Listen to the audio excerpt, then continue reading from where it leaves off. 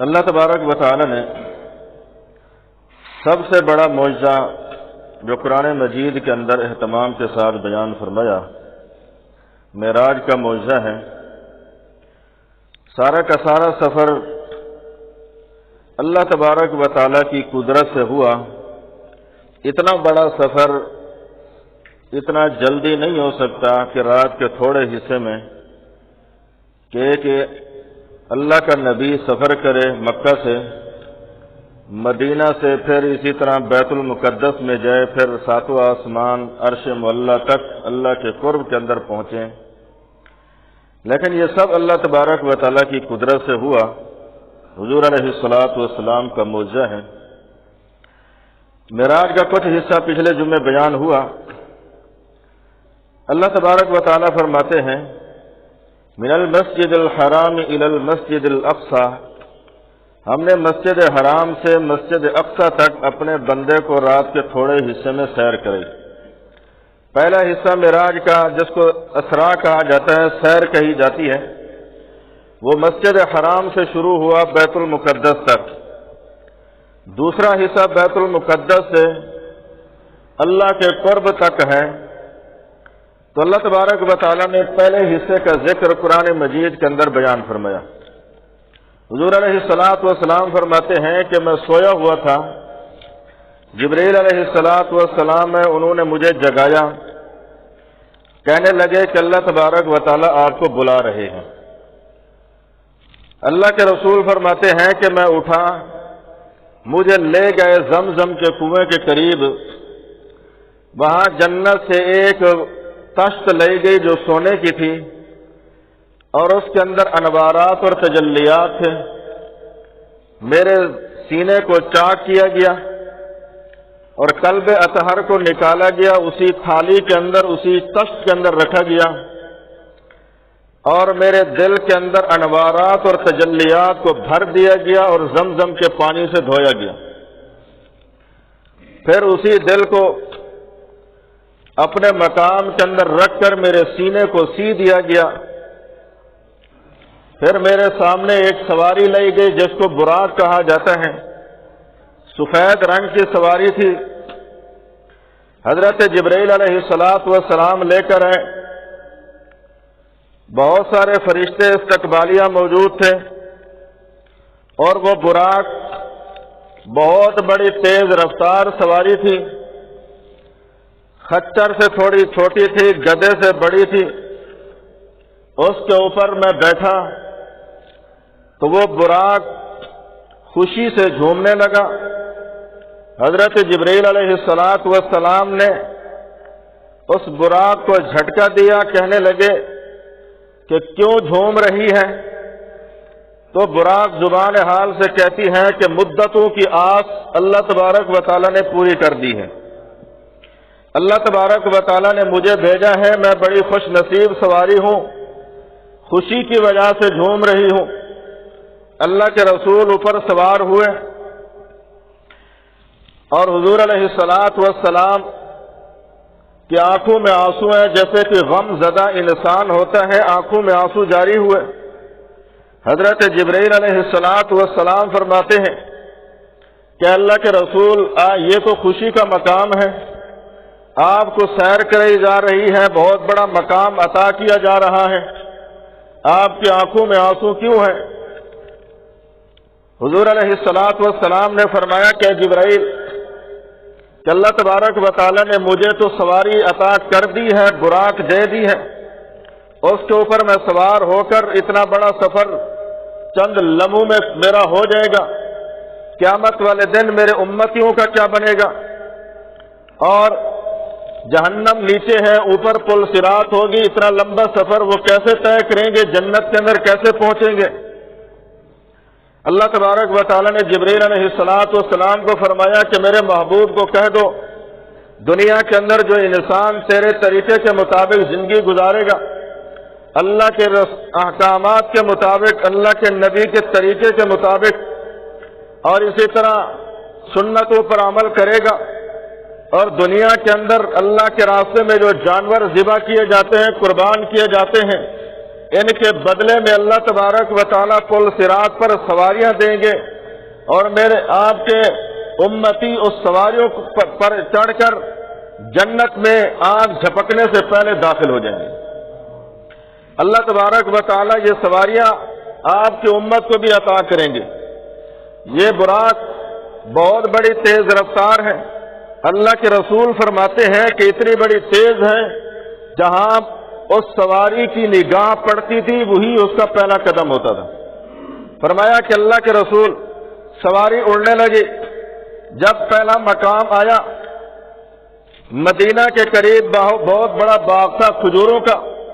حضرت جبریل علیہ السلام نے فرمایا کہ یا محمد، کہ اللہ کے رسول اے محمد آپ اتریے سواری سے، اس جگہ پر 2 رکعت نفل ادا کیجیے۔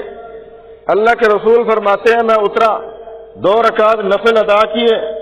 میں نے پوچھا ہے جبریل یہ کون سی جگہ ہے؟ فرمایا اللہ کے حضرت جبریل علیہ السلام نے کہ یہ آپ کا وہ مقام ہے جب آپ مکہ سے ہجرت کر کے مدینہ آئیں گے۔ یہ وہ مدینہ ہے، یثرب ہے، جہاں آپ کا مقام ہوگا، جہاں آپ کا مدفن ہوگا، اسی جگہ پر آپ ہجرت کر کے آئیں گے۔ اللہ تبارک و تعالیٰ آپ کو بہت بڑا مقام دینا چاہتا ہے۔ اللہ کے رسول فرماتے ہیں پھر میں سواری پر بیٹھا، دوسرا مقام کوہ طور آیا۔ حضرت جبریل علیہ السلام نے فرمایا کہ یہ کوہ طور ہے۔ حضرت موسیٰ علیہ السلام کو نبوت اسی جگہ پر ملی، تورات اسی کوہ طور پر ملی، اور اللہ تبارک و تعالیٰ نے ان کی قوم کی توبہ بھی قبول فرمائی۔ اسی جگہ پر اتریے، 2 رکعت نفل ادا کیجیے۔ حضور علیہ السلام اترے، 2 رکعت نفل ادا کی، تاکہ کوہ طور کل کو یہ نہ کہیں کہ موسیٰ علیہ السلام کے قدم تو لگے، امام الانبیاء کے قدم سے میں محروم رہا۔ اللہ تبارک و تعالیٰ نے حضور علیہ السلام کے وہاں قدم مبارک رکھائے تاکہ کوہ طور بھی ناز کرے کہ میرے اوپر حضرت موسیٰ علیہ السلام بھی ہے اور امام الانبیاء بھی ہے، ان کے قدم بھی لگے۔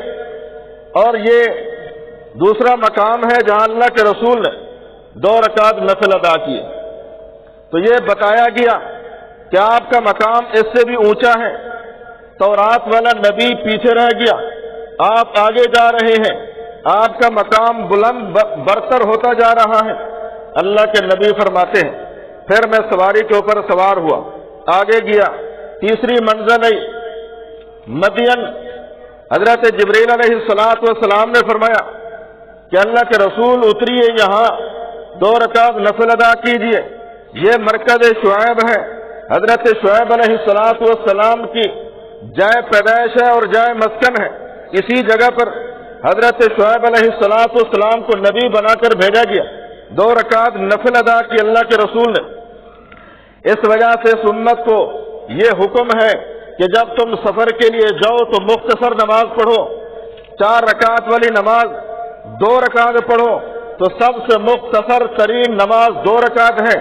بہت سارے لوگ کہتے ہیں کہ 1 رکعت والی نماز بھی ہوتی ہے، یعنی 1 وتر، تو یہ بالکل غلط ہے۔ 1 رکعت والی نماز نہیں ہوتی، کم سے کم 2 رکعت والی نماز ہوتی ہے۔ اللہ کے رسول سفر پر روانہ ہے تو اللہ تبارک و تعالیٰ کی طرف سے یہ حکم ہے کہ جہاں بھی تم سفر کے اندر نماز پڑھو تو مختصر ترین نماز وہ 2 رکعت نماز ہے۔ اس وجہ سے حکم ہے جب تم سفر کرو، شرعی سفر، تو تمہارے لیے مختصر نماز یہ ہے کہ 4 رکعت والی نماز 2 پڑھو۔ اور یہ مسئلہ بھی بتایا گیا جب تم سفر کرو تو گھر سے ہی نوافل ادا کر کے باوضو ہو کر سفر کرو، اور جب تمہارا منزل مقصود آ جائے تو تم 2 رکعت نفل ادا کرو شکرانے کے طور پر، جیسے اللہ کے رسول نے ہر منزل پر 2 رکعت نوافل ادا کیے۔ اللہ کے رسول فرماتے ہیں مرکز شعیب پر میں نے 2 رکعت نوافل ادا کیے، سواری کے اوپر سوار ہوا، پھر آگے پہنچا تو بیت اللحم جو مرکز ہے، جو جائے مسکن ہے، پیدائش ہے حضرت عیسیٰ علیہ السلام کی، حضرت جبریل علیہ السلام نے فرمایا کہ اللہ کے رسول یہاں پر ٹھہریے اور 2 رکعت نفل ادا کیجیے، یہ وہ جگہ ہے کہ عیسیٰ علیہ السلام پیدا ہوئے۔ تو یہ بتایا گیا کہ نبی آخر الزمان پیغمبر، آپ کا مقام بلند و بالا ہوتا جا رہا ہے، تورات والا نبی پیچھے ہے اور حضرت شعیب پیچھے رہ گئے، حضرت عیسیٰ علیہ السلام کی جائے مسکن ہے، آپ اس سے بھی آگے جا رہے ہیں اور آپ کا مقام ان سے بلند و برتر ہے۔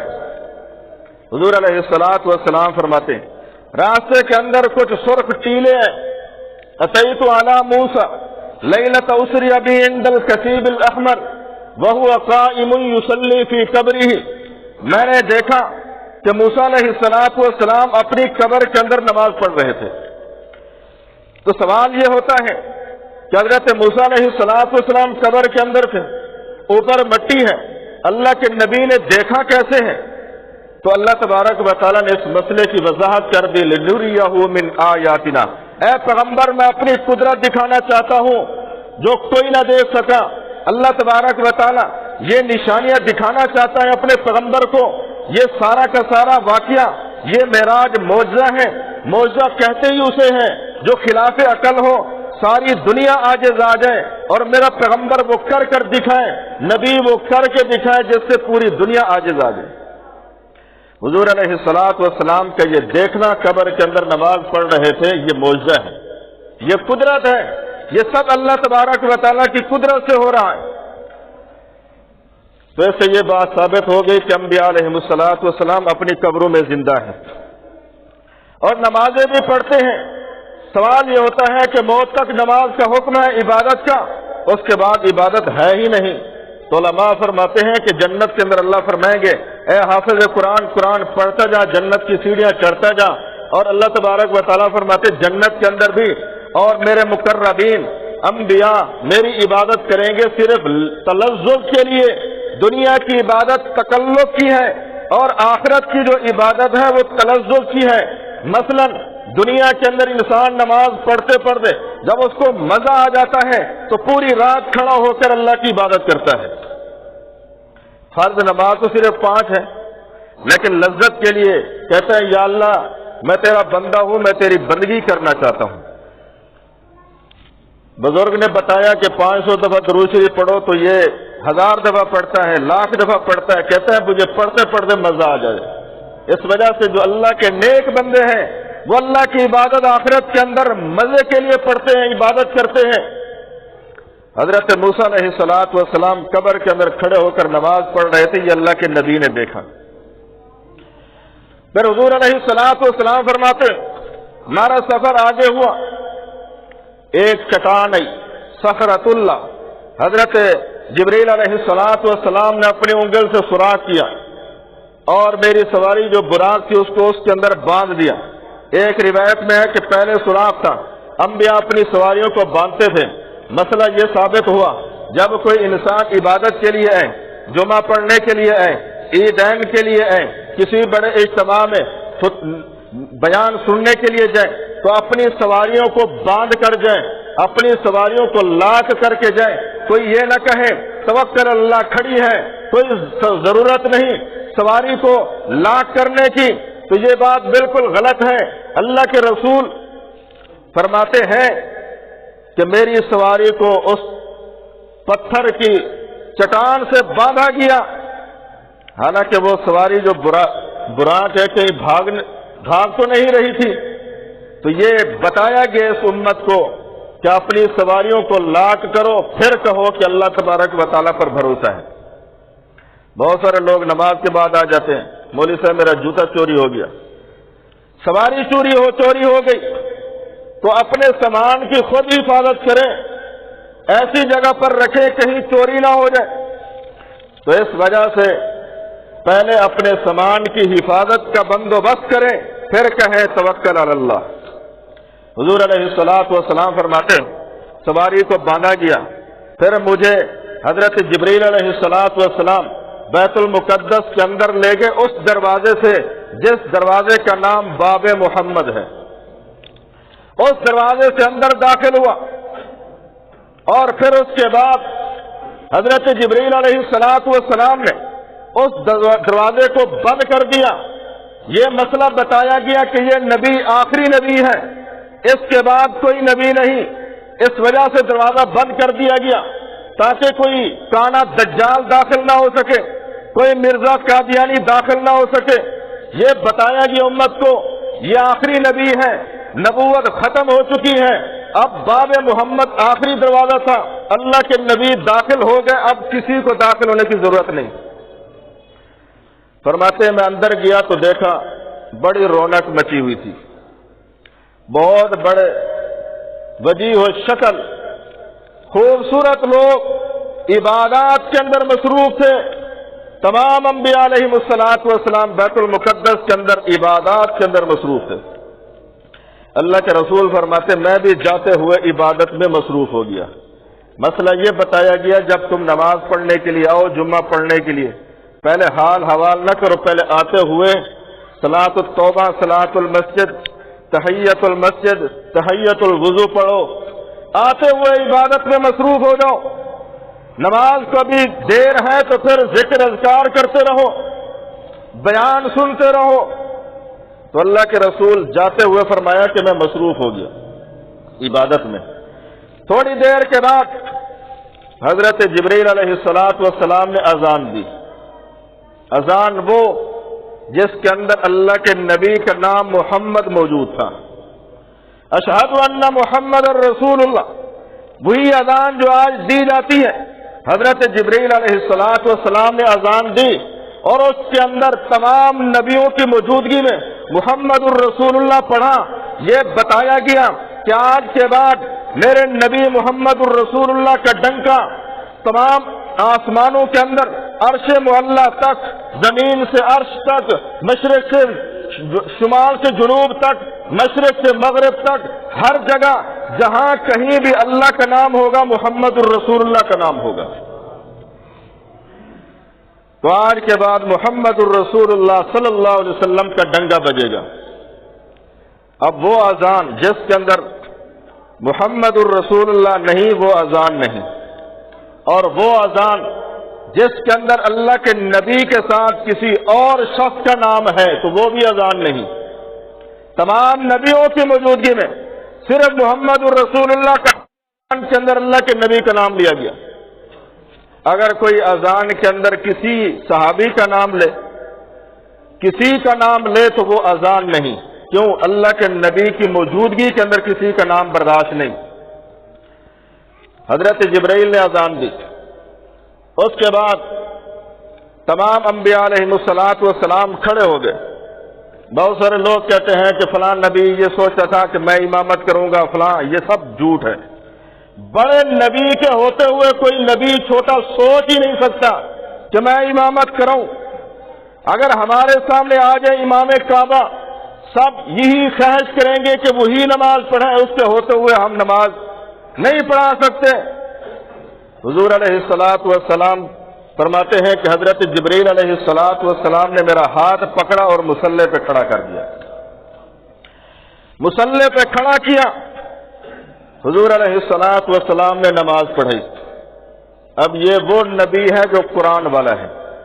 پیچھے جتنے نبی ہیں یا تو صحیفے والے ہیں، کوئی تورات والا ہے، کوئی انجیل والا ہے، کوئی زبور والا ہے. کسی کو فاتحہ پیچھے نہیں ملی. فاتحہ والا نبی آگے مصلی پہ کھڑا ہے. اللہ کے رسول نے نماز پڑھی. اب نماز جماعت تین قسم کی ہے. ایک وہ ہے کہ امام بھی امتی، مقتدی بھی امتی. دوسری نماز جو اس سے اعلیٰ درجے کی ہے کہ امام الانبیاء ہے اور مقتدی امتی ہے. جیسے مسجد نبوی کے اندر صحابہ پیچھے مقتدی ہیں، نماز پڑھانے والا امام الانبیاء. ایک وہ نماز ہے جو سب سے اعلیٰ درجے کی ہے، جو بیت المقدس کے اندر ہے. امام الانبیاء ہیں اور مقتدی سارے نبی ہیں، 1,44,000 انبیاء ہیں. یہ سب سے اعلیٰ درجے کی نماز، جو سب سے اعلیٰ درجے کی نماز ہے. اس نماز کے، اس جماعت کے امام الانبیاء مصلی پر کھڑے ہیں. سورۃ فاتحہ اتر چکی تھی، اللہ کے نبی نے پڑھی، پیچھے کسی کو نہیں آتی، نہ کسی نے پڑھی ہے۔ تو اس وجہ سے جو لوگ کہتے ہیں کہ پیچھے جب مقتدی سورہ فاتحہ نہیں پڑھتے ان کی نماز ہی نہیں ہوتی، یہ بالکل غلط ہے۔ اللہ تبارک و تعالیٰ نے قرآن مجید کے اندر فرمایا وَإِذَا قُرِئَ الْقُرْآنُ فَاسْتَمِعُوا لَهُ وَأَنصِتُوا لَعَلَّكُمْ تُرْحَمُونَ، جب تمہارے سامنے قرآن پڑھا جائے کان لگا کر خاموشی کے ساتھ قرآن کو سنو، یعنی امام جب قرآن پڑھے تو پیچھے مقتدی خاموشی کے ساتھ سنتے رہیں۔ اس وجہ سے اللہ کے نبی نے فرمایا کہ جب امام قرات کرے تو امام کی قرات مقتدی کو کافی ہے۔ من کان لہو امام فقرات الامام لہو، فرمایا کہ جب امام قرات کرے تو اس کی قرات مقتدی کو کافی ہے۔ تو اس وجہ سے حضور علیہ الصلوۃ والسلام نے نماز پڑھی، فاتحہ پڑھی، تو یہ سب سے اعلیٰ درجے کی نماز ہے۔ اللہ کے نبی نے نماز پڑھی تو اس کے بعد پھر حال احوال شروع ہوئے، تعارف ہوا تمام انبیاء کا۔ اب اللہ تبارک و تعالیٰ نے من المسجد الحرام الى المسجد الاقصی تک اس سفر کا ذکر فرمایا، اور سوال یہ ہوتا ہے کہ مسجد اقصی کے بعد والا سفر قرآن مجید کے اندر کیوں نہیں بیان کیا؟ وہ حدیث شریف کے اندر اس کی وضاحت ہے۔ اس کا جواب یہ ہے کہ اللہ تبارک و تعالیٰ نے اس وجہ سے یہ بیان کیا، جب اللہ کے رسول واپس آئیں گے تو کہیں گے کہ میں نے معراج کیا اور مسجد حرام سے بیت المقدس تک گیا، تو لوگ انکار کر دیں گے یہ کیسے ہو سکتا ہے؟ رات کے تھوڑے حصے میں مسجد اقصی نماز پڑھا کر اور عرش معلیٰ تک بھی پہنچے، راتوں رات واپس کیسے آ گئے؟ کیوں؟ اس وجہ سے مکہ والوں نے یہ سفر دیکھا ہوا تھا، اس وجہ سے اللہ تبارک و تعالیٰ نے اس سفر کو اہتمام کے ساتھ بیان فرمایا۔